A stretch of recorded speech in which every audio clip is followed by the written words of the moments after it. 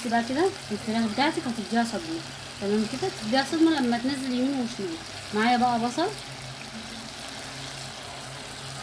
وفلفل وطماطم، بوزعها على كله اهو. عايزه بقى تقلي كل ده غير الصدمه، عايزه تقلي ده وتصدمي فيه اللي انت عايزاه. يعني في كذا طريقه ومليون طريقه، وكل واحد على حسب الطريقه اللي بيحبها. بس احنا كلنا بندي ايه افكار لبعضينا. معاكي هنا بقى التوابل. خير بقى الليمون الدلق اللي انا كنت هعمله كده.